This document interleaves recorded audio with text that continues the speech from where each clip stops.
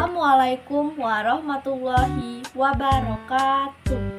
Perkenalkan, nama saya Dea Camara Dwi Putri dari Prodi Agribisnis. Saya akan menjelaskan tentang hak asasi manusia. Tahukah kalian apa itu hak asasi manusia atau yang sering disebut dengan singkatan HAM itu sendiri? Hak asasi manusia adalah seperangkat hak yang melekat pada hakikat dan keberadaan manusia sebagai makhluk Tuhan yang Maha Esa dan merupakan anugerahnya yang wajib dihormati, dijunjung tinggi, dan dilindungi oleh negara hukum. Gimana sih latar belakang dari hak asasi manusia? Menurut sejarah, hak asasi manusia pada hakikatnya muncul karena keinsyafan manusia terhadap harga diri, hakikat, dan martabat kemanusiaannya sebagai akibat tindakan tidak sewenang-wenang dari penguasa, penjajahan, perbudakan, dan ketidakadilan yang hampir melanda seluruh umat manusia. Nah, sifat hak asasi manusia terdiri dari kotratif, artinya hak asasi manusia yang sudah dimiliki sejak dalam kandungan. Universal, artinya berarti dimanapun. Hakiki, artinya hak asasi manusia untuk semua orang, serta utuh, artinya tidak bisa dicabut dan diberikan kepada siapapun. Adapun hak asasi manusia yang tidak dapat dikurangi terdiri dari hak untuk hidup, hak tidak disiksa, hak beragama, hak tidak diperbudak, hak diakui di mata hukum. Adapun hak yang dapat dikurangi antara lain hak untuk berpendapat dan hak untuk berorganisasi. Instrumen hak asasi manusia adalah alat yang digunakan untuk melindungi dan menegakkan HAM.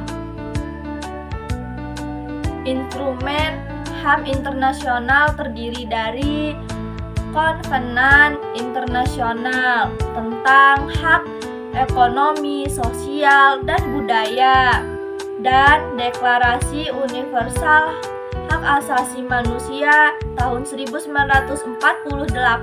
Adapun instrumen hak asasi manusia nasional TAP MPR nomor 17/MPR/1998, Undang-Undang nomor 39 tahun 1999 tentang hak asasi manusia, Undang-Undang 26 tahun 2000 tentang pengadilan HAM. Hak asasi manusia terdapat beberapa golongan, yakni hak asasi pribadi, hak asasi politik, hak asasi ekonomi, hak asasi sosial, budaya, dan hak asasi mendapat perlakuan tata cara peradilan. Penculikan, tindakan kejahatan, pembunuhan, kekerasan dalam rumah tangga, pembulian, serta pembatasan hak suara. Setiap perbuatan seseorang atau sekelompok orang, termasuk sengaja atau kelalaian secara hukum, mengurangi, menghalangi, membatasi, dan mencabut hak seseorang, seperti terjadinya penggusuran, paksa terhadap rakyat miskin, dan juga kekerasan rumah tangga yang menimbulkan tekanan batin, Dalam menerima hak terdapat batasan yang diatur dalam undang-undang. Kita tidak boleh mengambil hak orang lain dalam bentuk materi ataupun non-materi. Contohnya kebebasan agama, tetapi tidak boleh memaksa orang lain agama yang kita percayai. Yang kedua, tidak boleh menghina orang lain. Di sini kita mengetahui bahwa hak asasi manusia adalah yang paling penting dalam kehidupan bermasyarakat.